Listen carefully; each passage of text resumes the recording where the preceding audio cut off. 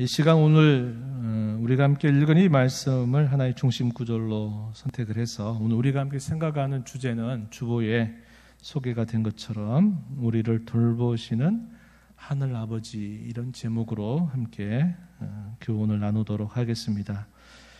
우리가 지금 생각하고 있는 부분은 우리가 예배 때 고백하는 사도신경, 우리 믿음의 고백의 첫 번째 항목에 대한 내용입니다.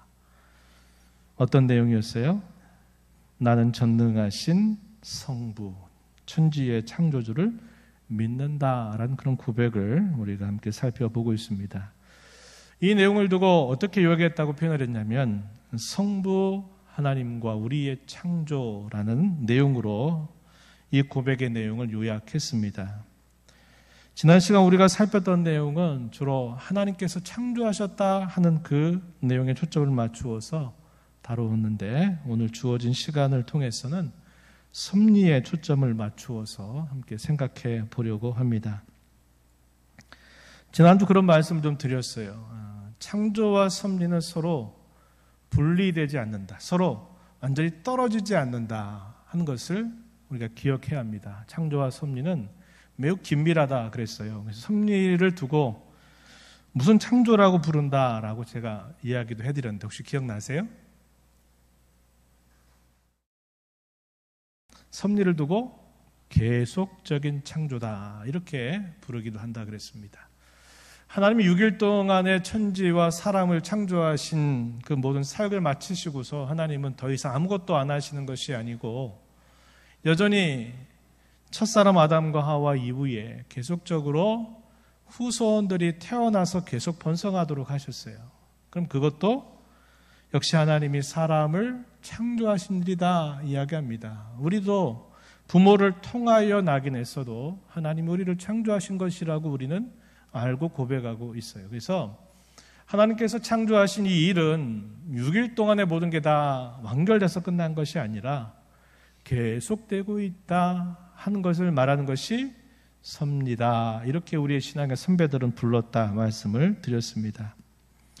이 창조와 섭리는 하나님께서 영원전에 세우셨던 그분의 계획, 이걸 우리가 작정이라고 말합니다. 변치 않는 하나님의 계획, 작정이라고 하는데요, 이 작정을 이루시는 두 가지의 수단이 있다. 이것이 하나가 창조고 하나가 섭리다라고 하는 겁니다. 그래서 창조와 섭리를 통해서 하나님은 영원전에 세우셨던 그분의 계획을 하나도 실패하시는 일이 없이 이루어 가신다, 이렇게 성경 우리에게 가르쳐 줍니다.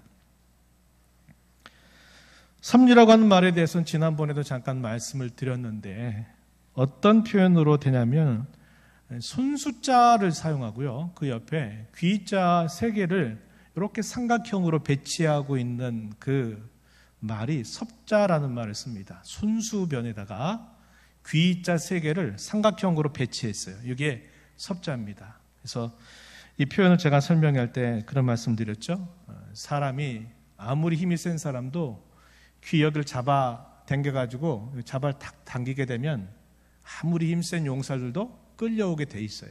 이 말은 하나님이 이렇게 그분이 원하시는 대로 이 모든 세상 안에 사는 사람들과 이 세상 가운데 있는 모든 일과 사건들을 하나님이 그렇게 마치 길을 잡아서 끌고 가듯이 그분의 목적대로 끌고 가신다, 이걸 말하는 것이 섭리라고 하는 겁니다. 우리말 국어사전에서는 이 표현을 이렇게 정리를 했어요. 한번 들어보세요. 자연계를 지배하고 있는 원리와 법칙, 이걸 섭리라고 하는 말로 정리하고 있습니다. 그런데 안타깝게도 이 섭리를 말할 때 중요한 게 빠졌어요. 뭐가 빠져있나요? 자연계를 지배하고 있는 원리와 법칙, 섭리를 원리와 법칙으로만 얘기했어요. 물론 포함이 되는 말이긴 하죠. 하지만 여기 중요한 게 빠졌는데 그게 뭐냐면 하나님의 일하심이 빠져 있다는 겁니다. 일반 이런 사전에서 정의하는 섭리는 가장 중요한 핵심이 빠져버리고 그저 원리와 법칙이다, 이렇게 소개를 하고 있어요. 그러나 성경이 가르치는 이 섭리는 무엇보다도 하나님의 일하심을 통해서 그분이 계획하신 대로, 그분이 약속하신 대로 모든 것을 끌고 나가신다, 이런 뜻을 가지고 있다고 하는 것입니다. 한자말로 이렇게 풀이를 할 수 있고 하는데, 또 다른 말, 라틴어나 영어를 보게 되면 이런 의미를 담고 있어요. 어떤 의미냐면 준비한다, 제공한다라는 말에서 이 말이 나왔어요. 이건 무슨 말이냐면 어떤 계획을 세우고 그 목적을 세웠는데 그 계획과 목적을 이루기 위해서 필요한 것들을 계속적으로 준비하고 계속적으로 공급한다, 제공한다라는 뜻이에요. 우리가 어떤 계획을 세워서 그 계획을 이루려고 하면 그게 그냥 되는 게 아니잖아요. 어떻게 해야 됩니까? 계획을 세워야 되잖아요. 계획을 세우고 그 계획을 세울 뿐만 아니라 그 계획에 맞게 필요한 것들을 하나하나 조목조목 세세하게 준비하면 준비할수록 그 계획을 세운 대로 어떤 일들을 진행하기가 쉽지만, 계획은 잘 세워놨는데 구체적으로 필요한 것들을 준비 하나도 안 해놓고 하면은 계획 세운 것들은 아무 소용이 없는 거예요. 준비 안 된 대로 그냥 어떻게 흘러갈지 모르게 되는 겁니다.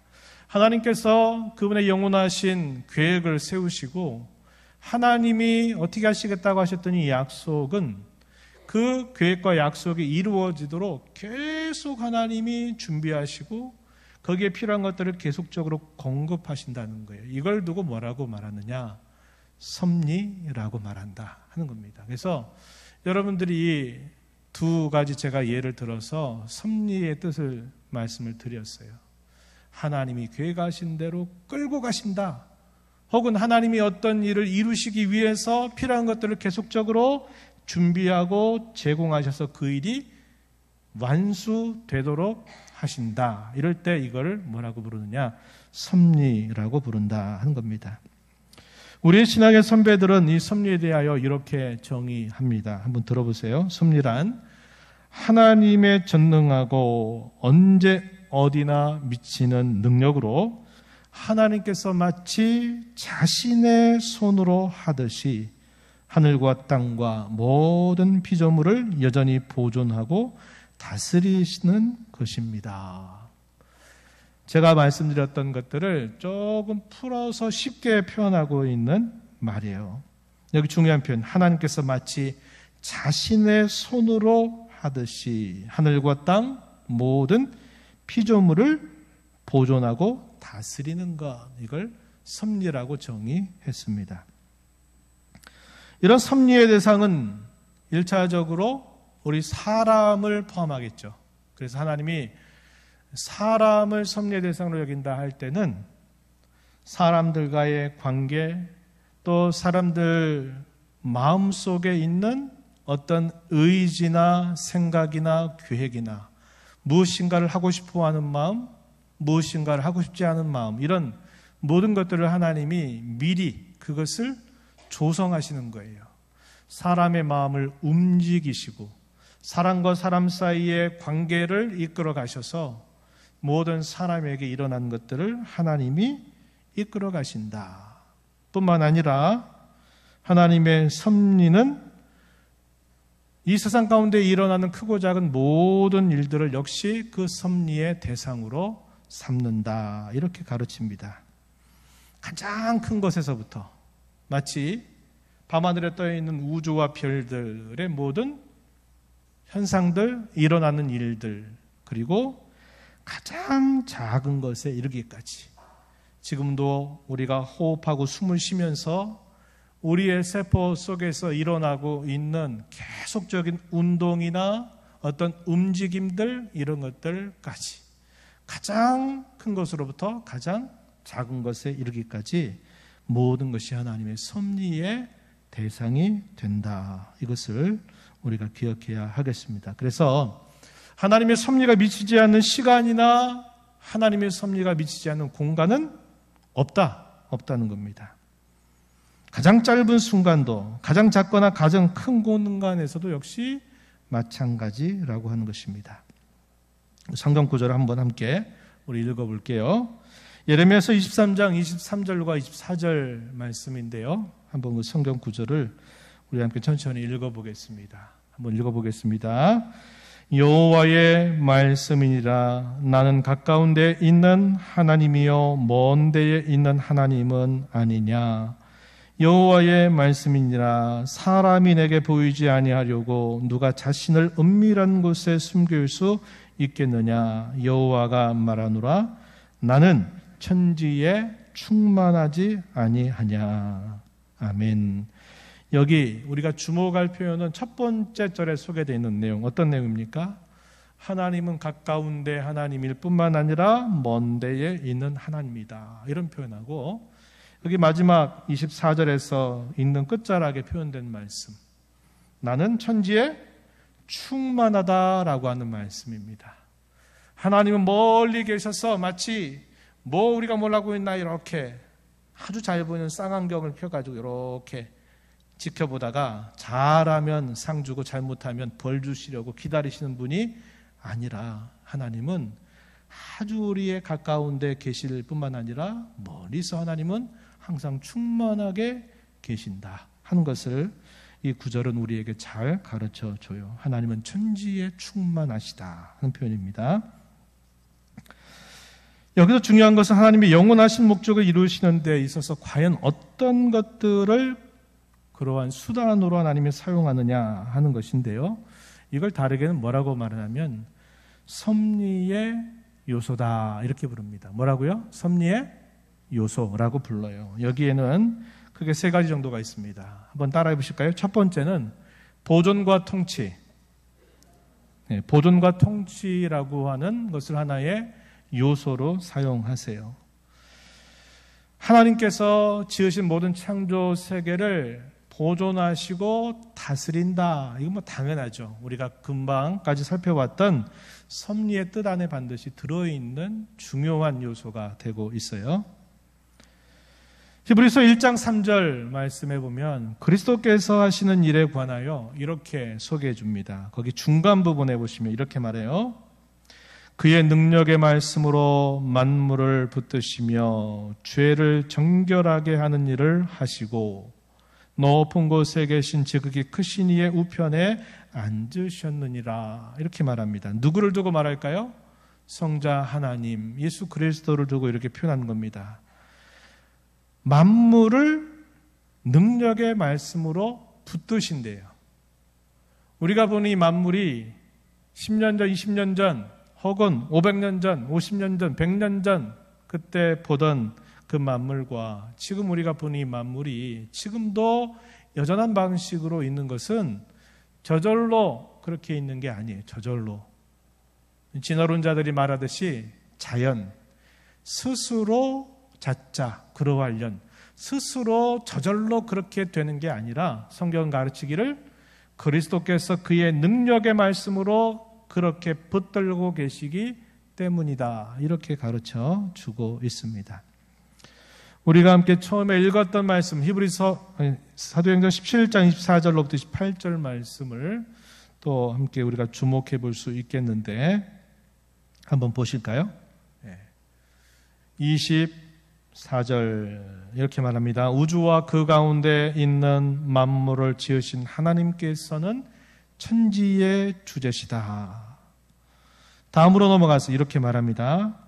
이는 그것은 천주의 주제이신 하나님 말합니다. 이는 만민에게 생명과 호흡과 만물을 친히 주시는 이심이라, 이렇게 말합니다. 만민에게, 세상의 모든 사람들에게 생명을 주시는 분, 호흡을 주시는 분, 만물, 그야말로 모든 것들을 친히 주시는 분이시다, 이렇게 소개를 해줍니다. 또 이어지는 말씀 보세요. 인류의 모든 족속을 한 혈통으로 만드사, 누구를 말합니까? 아담과 하와의 자손으로 한 혈통으로 만드셨죠? 온 땅에 살게 하시고 그들의 연대를 정하시며 거주의 경계를 하나셨다, 이렇게 말합니다. 눈여겨볼 표현이에요. 온 땅에 살게 하셨다. 여러분들이 대한민국 국민으로 태어나고 국적을 가졌고 또 많은 지역 가운데서 서울의 목동이라고 하는 지역을 여러분들이 살고 있잖아요. 물론 주변에 사신 분도 계시지만 있죠. 이런 모든 것들이 그냥 뭐 하다 보니까 어떻게 정처 없이 오다 보니까 여기까지 온 거죠. 이게 아니라 하나님께서 우리의 삶의 경계를 하나님이 정해 주셨기 때문에 이런저런 일을 겪으면서 우리가 이 자리에 이렇게 이곳에 살고 있는 것이에요. 우리가 나이를 얼마나 먹고 이 땅의 삶을 마치느냐, 90세, 100세 혹은 어떤 연령을 먹고 우리가 이 땅의 삶을 마치느냐 하는 것도 하나님의 섭리 안에서 있는 일이다, 이렇게 말해주는 거예요. 우리는 언제까지는 알 수 없기 때문에 우리는 항상 어떻게 해야 됩니까? 내가 살아있는 동안 건강을 잘 유지하고 관리하기 위해서 내가 절제도 하고 또 뭔가 운동도 해서 내 몸을 건강하게 만들 책임이 우리에게 있어요. 그러나 그건 우리가 할 수 있는 일일 뿐이고 우리의 수명과 우리의 인생의 그 길이를 하나님이 이미 정하셨다고 이야기합니다. 우리는 몰라요. 하나님은 절대로 우리가 아무리 기도하고 아무리 하나님 앞에 간절하게 하래도 내가 몇 날 몇 시 몇 분에 어떤 일로 네가 내 안에 내 품에 안길 거야 라고 하나님 말씀해 주지 않으세요. 절대로 안 가르쳐 주세요. 왜 그럴까요? 우리를 위해서 그렇게 하신다 이 말이에요. 우리는 우리에게 주어져 있는 기회를 잘 선용하는 것이 우리에게 주어진 책임이에요. 하나님이 정하셨으니까 때가 되면 죽겠지 생각하고 먹을 거 안 먹고 움직여야 되는데 움직이지 않고 가만히 있으면서 뭐 천년 만년 잘 살겠지 건강하겠지 이렇게 생각하는 것은 대단히 무책임한 태도죠. 그렇게 하면 안 돼요. 하나님이 스스로 감추신 것에 대해서 우리는 알 수도 없고 알 필요도 없어요. 그러나 하나님이 우리에게 보여주신 거, 내 몸 잘 관리하고 청지기로서 내 몸을 잘 간수하고 잘 살아가는 것은 우리에게 주어진 책임이기 때문에 우리가 언제 어떤 일로 주님의 품에 안기게 될지는 모르지만 우리가 살아있는 동안에는 건강하고 신앙생활 잘하고 하나님을 기쁘시게 해드리는 일에 힘을 기울여 살아야만 된다고 하는 거예요. 이건 우리의 책임이다 이 말입니다. 그래서 여기서도 말하잖아요. 온 땅에 살게 하신 일, 그들의 연대를 정하신다. 거주의 경계를 하나신다. 이렇게 말했어요. 오늘 오전 예배 때 오셨던 네 분, 근래 새벽 기도 때 계속 나오셨는데 그분이 한번 만나고 싶다 그래가지고 목양실에서 함께 대화도 나누고 식사도 같이 했는데요. 얘기를 잠시 나눠보니까 20년 정도 한국에서 있을 때 교사로 두 분이 봉직을 하셨다가 어떤 일로 인해서 미국에서 20년 동안 생활을 했대요. 20년을 생활하고 이유가 있었죠. 노모가 이제 병이 좀 안 좋으시다 보니까 돌보기 위해서 한국으로 귀국을 하신 거죠. 우리가 어떻게 그걸 합니까? 몰라요. 그분도 태어나면서 내가 20년 동안 미국에 좀 있어야 되겠다 하고 때가 되면 돌아오겠다 이렇게 돼서 된 일이 아닌 거예요. 사람이 어디에서 살고 어떻게 하고 그 사람의 수명이나 이런 모든 것들도 성경은 분명하게 말합니다. 하나님의 섭리 안에서 결정되어 있는 일이라고 이야기해요. 그런데 우리는 알지 못한다 이 말입니다. 그게 다 우리 하나님의 섭리 안에서 있는 일이다 이렇게 가르쳐줘요. 마지막 28절에서 이렇게 말합니다. 마지막 부분, 우리가 그를 힘입어 산다.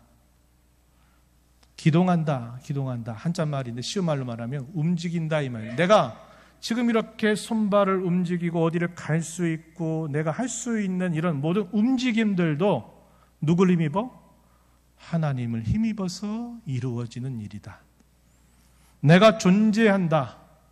내가 존재하는 것도 역시 내가 당연히 살아있으니까 존재하는 게 아니라 하나님께서 우리에게 그렇게 하도록 섭리하시기 때문에 존재하는 거예요. 저는 이 말씀을 굉장히 좋아해요. 물론 모든 성경구절이지만 제가 이 말씀을 자주 기도 때 인용하게 되는 거 아마 여러분 들으셔서 아마 아실 거예요. 우리는 순간순간 살아가는 게 내가 건강해서 내가 잘해서 뭔가 살아가는 것처럼 보이지만 아니에요.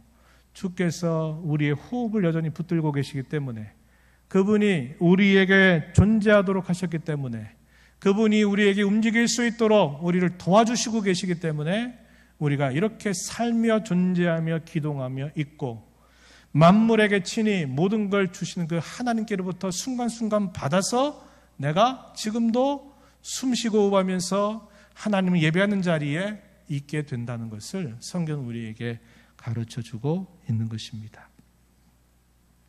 두 번째 요소는 뭐냐면, 한번 따라해 보세요. 기적. 섭리의 두 번째 요소는 기적입니다. 기적이 뭐예요? 일반적인 법칙과 일반적인 질서를 뛰어넘는 하나님의 특별한 섭리.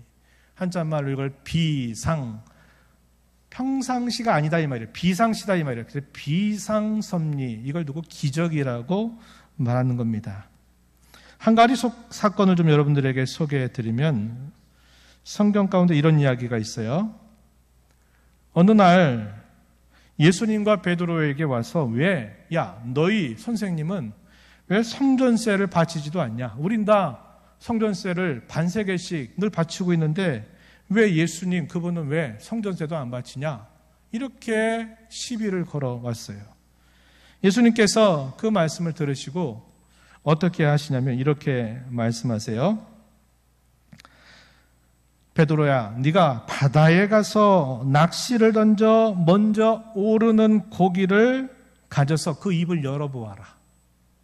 그럼 그 입에서 한 세겔이 나올 거다. 그거 가져다가 네 성전세, 내 성전세를 내라. 이렇게 말씀을 하세요. 아주 특별한 일이죠. 자, 바다에 가서 어부니까 바다에서 고기 잡을 수 있잖아요. 고기 잡아가지고 처음 잡은 고기의 입을 열어보라는 거예요. 그럼 그 입에는 여기 한 세겔이 그 입에서 나올 건데, 한 세겔이니까 2명분이니까 네 성전세 내고 내 성전세 내라. 그렇게 말씀하시고 베드로가 실제로 말씀대로 이렇게 했더니 물고기에서 뭐가 나왔을까요? 한 세겔이 나온 거예요. 자, 이게 평상시 있는 일일까요? 없는 일일까요?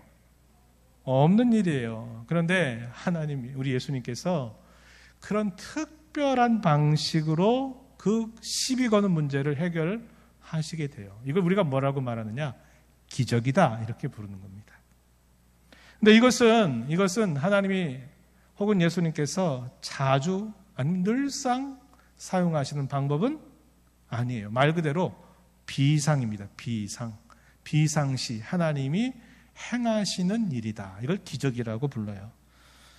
세 번째 요소는 한번 따라해 보세요. 동시 발생. 말 그대로 그겁니다. 어떤 일이 동시적으로 어떤 일들이 발생이 돼요. 그런데 발생이 됐는데 그 발생을 통해서 누구 뜻이 이루어지느냐? 하나님의 뜻이 이루어지도록 하나님이 일하신다는 거예요. 이거 무슨 말인가 싶은데, 이에 대한 대표적인 예를 우리 오늘 아침에도 소개했지만요, 욥기서 1장에 욥이 당한 고난을 생각해 보면 이해하기가 쉬워요. 욥은 어느 날 갑자기 도적대들이 자기 집에 들이닥쳤죠. 도적들이 들이닥쳐서 뭐 했어요? 욥이 가지고 있는 소유물들을 강제적으로 빼앗아 갔어요. 그렇죠? 욥은 알지 못했어요. 이 일이 일어났습니다. 근데 그 일이 되는 동시에 또 어떤 일이 벌어졌어요?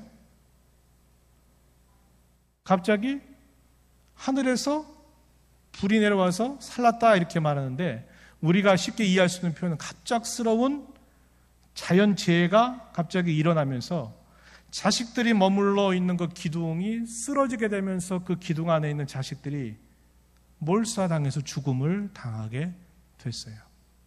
그래서 살아남고 목격했던 종들이 욥에게 급히 달려와서 보고를 하는 거예요. 주인님, 갑자기 도적대들이 들이닥치더니 칼 가지고 이렇게 우리를 죽이고 종들을 죽이더니 가지고 있는 가축대 이런 것도 다 빼앗아 갔습니다. 그런 보고가 끝나기도 전에 또 한쪽에서 종이 돌아와서 욥에게 보고합니다. 주인님의 자식들이 함께 머물러 있는 그곳에 갑작스럽게 이런 자연재해 같은 것이 나타나더니 안타깝게도 자식들이 다 죽었습니다. 이런 보고가 있는데 이것이 거의 동시적으로 보고가 되는 거예요. 이렇게 되면서 욥이 어떤 일을 맡게 된 겁니까? 전혀 예측도 할 수 없었고 전혀 알 수 없는 일들을 한꺼번에 이곳저곳에 다 당하게 된 거예요. 근데 우리가 이 일을 이것만 보면 이렇게 일어난 일이지만 조금 욥기서 1장 앞부분에 보면 이 일이 왜 이렇게 일어났는지 그 이유를 밝혀주죠. 왜 그렇게 된 겁니까? 사탄이 하나님께 찾아가서 하나님, 먼저 사탄에게 얘기했죠. 야, 저와 같이 나를 경외하고 나를 순전히 믿는 사람 있는지 봤냐? 그런 사람 없다? 이렇게 하나님 말씀하시니까 사탄이 대답하기를 이렇게 말해요. 하나님께서 범사의 울타리가 되어서 그에게 많은 복을 부어주셨기 때문에 욥이 하나님을 경외하는 거지. 만약에 하나님이 주신 것들을 만약에 하나님이 거두어 가신다면 욥도 별 수 없을 거예요. 하나님 원망하고 하나님 떠날걸요? 분명히 그럴걸요? 이렇게 사단이 하나님께 아뢰입니다. 그때 하나님 어떻게 하세요? 그의 생명은 건드지 말고 내가 한번 해봐라. 이런 대화가 이루어져요. 사단이 어떻게 한 겁니까? 사탄이 어떻게 했을까요? 그래서 이제 한꺼번에 사탄이 계획을 세우고 추진한 일이 뭐냐면 강도떼들의 마음속에 들어가서 부추겼어요. 야, 저 동방의 욥이 저렇게 많은 걸 가지고 있다고 하는데 너 저거 좀 빼와서 와. 그랬더니 그 마음 부추긴 거예요. 그냥 그런 게 아니에요. 언제 가자. 그래서 그 날짜를 정했는데 그걸 그 속에 누가 그걸 꾸며댈까요? 사탄이 그 날짜와 시기, 방법을 다 꾸며낸 거예요. 그리고 그 사람은 몰라요. 사탄이 자기의 준 마음인지도 알지 못해요. 그리고 야, 우리 언제 어떻게 해서 우리 가서 욥의 거 빼서 오자 결정을 딱 세웠어요. 그렇게 된 겁니다. 사단이 또 어떤 일을 했어요? 자연재해 같은 것들을 또 꾸며낸 거예요. 그래가지고 야, 그날 그 순간에 욥의 자녀들이 있는 곳을 그걸 쳐가지고 그렇게 한번 해보자. 그래서 그 일이 일어난 거예요. 근데 그것이 언제? 동시적으로 일어난 거예요. 그러니까 사람 강도떼들이 가지고 있는 목적은 뭐예요? 욥의 것을 빼앗아 가지고 야, 우리 거 삼자. 저 사람 저렇게 많은 거 있으니까 빼앗아서 그 목적이 뭐예요? 탈취하는 데 목적이 있어요. 근데 그 목적을 누가 사용하고 있어요? 사탄이 속에서 그걸 수단으로 사용을 해가지고 그렇게 하도록 부추기고 있는 거예요. 사단이 기획한 건 이거예요. 야, 자식도 잃어버리고 그 가진 소유를 다 빼앗아버리면 그도 별 수 없지. 그도 하나님을 떠날 거야. 하나님을 부정할 거야. 이렇게 목적을 가지고 일을 했어요. 그런데 욥이 어떻게 했어요? 아까 오전에 얘기했죠. 1장 21절에서 주신 이도 여호와시고 거두어 가시는 이도 여호와시니 여호와시는 찬송을 받으시옵소서 이렇게 말해요. 우리는 욥의 신앙이 대단하다. 우리는 그렇게 말하지만요. 이 욥의 마음을 누가 붙잡고 있을까요? 하나님이 붙들고 있는 거예요. 사단은 자기가 할 수 있는 수단을 다 동원해가지고 욥을 하나님을 부정하도록 하나님을 떠나도록 할 목적으로 일을 하는데 하나님은 사탄의 그 악한 괴계를 아시면서 그걸 붙들어서 하나님은 여전히 누굴 붙드시는 거예요? 욥의 마음을 굳게 붙들어 주시는 겁니다. 그래서 욥이 그런 일을 당했을 때 사탄이 기대하고 바랐던 것처럼 하나님 원망하고 불평하고 떠난 게 아니라 오히려 그는 어떻게 고백하냐면 나는 청지기일 뿐입니다. 하나님은 주실 수도 있고 취하여 가실 수도 있는 분이십니다. 하나님은 경배받으시기에 합당하십니다. 이렇게 고백하도록 하나님이 욥을 붙들고 계신 거예요. 그래서 이 하나의 사건 속에 강도떼들도 일하고 자연재해라고 하는 방법들도 동원이 되고 그 더 깊은 이면에는 사탄이 그걸 수단으로 사용하고 하지만 궁극적으로는 누가 그 모든 것들을 붙들고 계시느냐?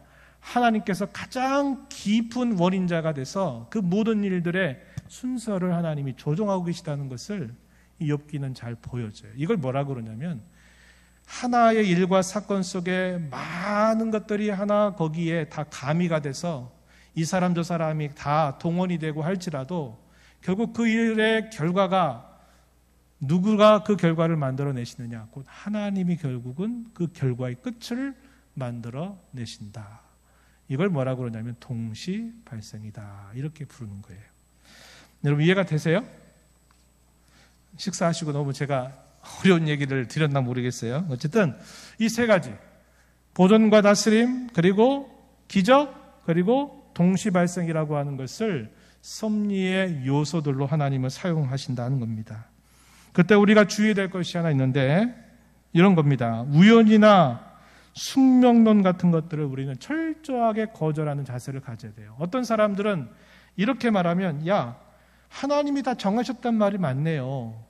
믿지 않는 사람들이 소위 팔자 타령하는 것처럼 다 팔자가 다 정해진 거 맞네요. 이렇게 어떤 사람들은 반문할 수 있어요. 그러나 성경 오히려 반대로 철저하게 우연이라든지 이런 숙명론에 대해서 철저하게 거절할 것을 우리에게 가르쳐 주고 있어요. 이 섭리에 대하여 우리의 신앙의 선배들은 또 이렇게 말한 바가 있습니다. 제가 좀 천천히 읽어드릴게요. 이렇게 말합니다. 그리하여 잎새와 풀, 비와 가뭄, 풍년과 흉년, 먹을 것과 마실 것, 건강과 질병, 부와 가난, 참으로 이 모든 것이 우연이 아니라 아버지와 같은 그의 손길로 우리에게 임합니다. 이렇게 우리 신앙의 선배들은 이 섭리가 주는 그 의미를 이렇게 정리해주고 있어요. 반대가 서로 대비되죠? 흉년과 풍년, 먹을 것과 마실 것, 건강과 질병, 부와 가난, 이 모든 것들이 우연이 아니라 아버지와 같은 그분의 손길로 우리에게 임한다고 고백하게 하는 것입니다. 긍정과 부정의 현실이 우연히 일어나거나 팔자나 숙명처럼 정해진 것으로 우리는 오해해서는 안 됩니다. 우연이나 숙명이라고 하는 것은 두 가지의 잘못된 극단이에요. 사람들은 우연이야 이렇게 말함으로써 어떤 태도를 보이느냐면 어떤 일의 공을 하나님께 돌리기를 싫어해요.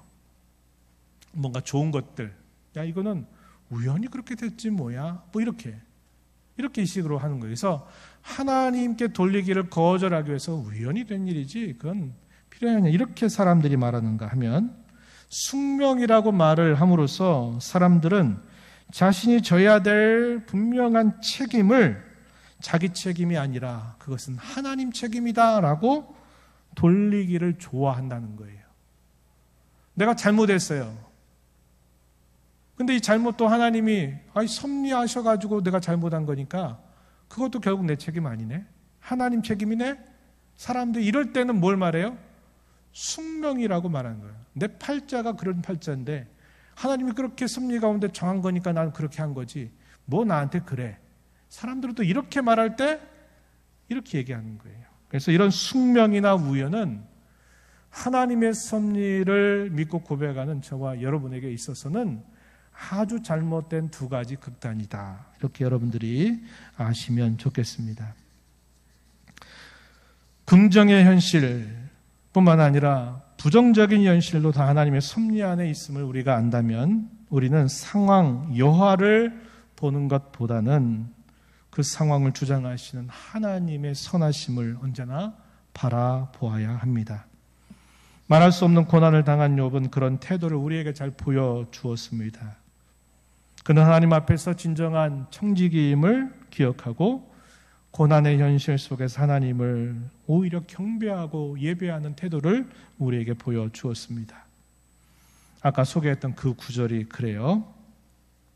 이렇게 우리가 하나님의 창조, 하나님의 섭리를 고백하는 이 신앙은 우리에게 어떤 유익을 줄까? 이것을 이제 나누고 마무리를 짓도록 하겠습니다. 이러한 섭리의 신앙이 우리에게 주는 유익은 우리를 돌보시는 하늘 아버지의 손길 안에 우리의 인생이 있다는 것을 우리에게 가르쳐 줍니다. 마태복음 10장 29절로부터 31절 말씀에 보면 우리가 잘 아는 이야기가 등장해요. 이런 말씀입니다. 참새 2마리가 한 아사리온에 팔리지 않느냐. 그러나 너희 아버지께서 허락하지 아니하시면 그 하나도 땅에 떨어지지 아니하리라. 너희에게는 머리털까지도 다 세신 바 되었나니 두려워하지 말라. 너희는 많은 참새보다 귀하니라. 이렇게 말씀합니다. 하나님께서 머리털까지도 다 세신 바 되었다. 그러니 두려워하지 말아라. 너희는 참새보다, 많은 참새보다 더 귀한 자들이다. 이렇게 말씀을 하십니다. 세 가지를 꼭 기억하세요. 이것도 한번 따라해 보실까요? 형통할 때는 감사하자. 형통할 때는 감사하자는 거예요. 두 번째는 역경 중에는 인내하자. 네, 따라해 보세요. 역경 중에는 인내하자. 마지막 세 번째, 장래일에는 확신을 갖자. 예, 하나님의 섭리를 믿는 저와 여러분이 꼭 우리의 삶 속에서 꼭 기억하고 지켜가야 될 세 가지를 제가 말씀드렸어요. 형통할 때는 감사를 돌리고, 역경, 어려운 때를 지나갈 때는 인내하고, 우리가 알 수 없는 미래에 관계된 일들에 대해서는 하나님께서 선하게 인도하신다고 하는 확신을 갖는 것이 이 섭리를 믿는 저와 여러분이 가져야 할 삶의 태도다라고 하는 것입니다. 데살로니가전서 5장 18절에 범사에 감사하라. 이 말은 모든 상황 속에서 감사하라. 예전에 설교 때 한번 그런 말씀 드렸어요. 범사, 모든 일에 감사하라. 이 말은 모든 상황 속에서 감사하라. 이것이 그리스도 예수 안에서 너희를 향하신 하나님의 뜻이다. 이렇게 가르쳐 주고요. 역경 가운데서는 이렇게 말합니다. 야고보서 1장 3절 말씀에 보면 너희 믿음의 시련이 인내를 만들어내는 줄 너희가 알미라. 이렇게 말합니다. 또 우리가 잘 아는 로마서 5장 4절과 5절 말씀에서는 또 이렇게 말해요. 인내는 연단은 소망을 이루는 줄 알미로다. 소망이 우리를 부끄럽게 하지 아니함은 우리에게 주신 성령으로 말미암아 하나님의 사랑이 우리 마음에 부은 바 됩니다. 이렇게 가르쳐 줍니다. 그래서 역경은 하나님이 우리와 함께 하셔서 우리를 위로하셔서 우리를 견뎌내게 하고 우리를 극복하게 해주시는 때다. 이런 생각을 갖고 인내하는 거예요. 나 혼자 하지 말고 하나님의 도우심을 바라면서 참고 견디는 자세를 갖자고 하는 것입니다. 마지막으로는 장래 일에는 확신을 갖자는 거예요.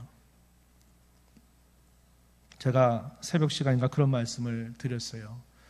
사람이 왜 쉽게 미혹을 받는가? 사람이 왜 쉽게 시험에 빠져버리는가 할 때 하나의 중요한 이유가 뭐냐면 어떤 일이 닥칠지에 대해서 우리가 알지 못하고 어떤 일의 결과가 어떻게 될지를 우리가 알지 못하기 때문에 그러해요. 사람이 불안해하고 궁금해하고 또 두려워할 때 어느 사람이 그 사이에 딱 들어와가지고 야, 내가 기도했는데 하나님이 내게 보여주셨어. 집사님 아니면 아무개 성도 그 일이 이렇게 된다고 하나님이 내게 말씀하셨어. 그러니 이렇게 내가 하라는 대로 하면 돼. 이런 말을 누가 한다고 하면 불안과 염려 가운데 있는 그 틈바구니 속에 내가 분명히 기도했더니 하나님 내게 분명히 말씀하셨다. 내게 분명히 보여줬다. 그러니 이렇게 하라고 그랬어. 그러면 사람들이 어떻게 될까요? 혹한다 이 말이에요. 야, 나는 기도해도 하나님이 아무런 응답을 안 하셨는데 진짜 기도해보니까 그러냐고. 아 그래? 그럼 나도 그렇게 해야 되겠다. 이렇게 하다 보니까 뭐에 말려들어요? 미혹에 말려들게 돼 있다 이 말이에요. 왜 그럴까요? 장래일에 대한 불안과 두려움 때문에 그래요. 그러나 성경은 말해요. 어느 누구도 그것을 알려주지 않는다는 거예요.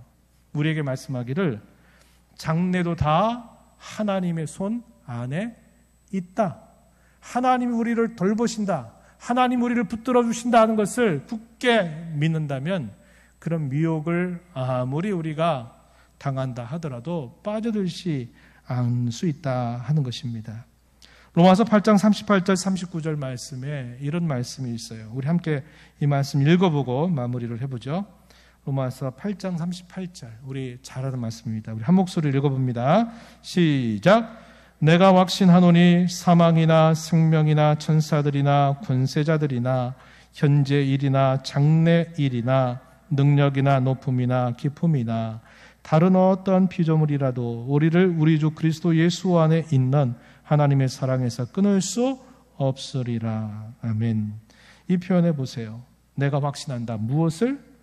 사망이나 생명도, 현재 일이나 장래 일도, 그 어떤 피조물이라도 그리스도 예수 안에 있는 하나님의 사랑에서 끊을 수 없다. 이 말은 우리가 어떤 상황에 처해도, 우리가 인생 살면서 겪을 수 있는 최대의 고난과 위기 상황이 있다 하더라도 하나님은 여전히 우리를 그분의 사랑으로 붙들고 계시다. 이거 어떻게 해라?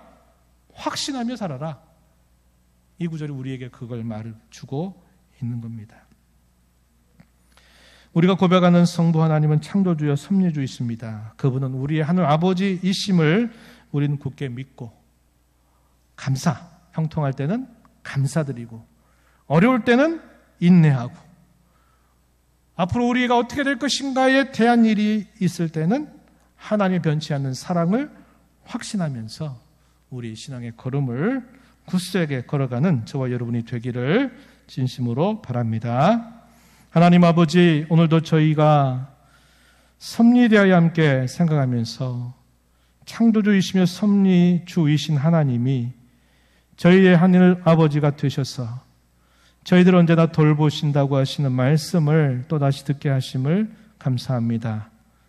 저희가 잘되고 형통할 때는 늘 감사함을 통해 하나님께 영광을 돌리게 하시고, 저희가 역경의 때를 지나가게 될 때에는 주님과 더불어 인내하며 견뎌내는 일에 힘을 기울이고, 앞으로 무슨 일이 어떻게 펼쳐질지 모르는 불안과 염려와 두려움 속에서는 변치 않으시는 하나님의 사랑을 확신하면서 저에게 주어진 이 믿음의 걸음 굳세게 걸어가게 하여 주옵소서. 예수님 이름으로 기도하옵나이다. 아멘.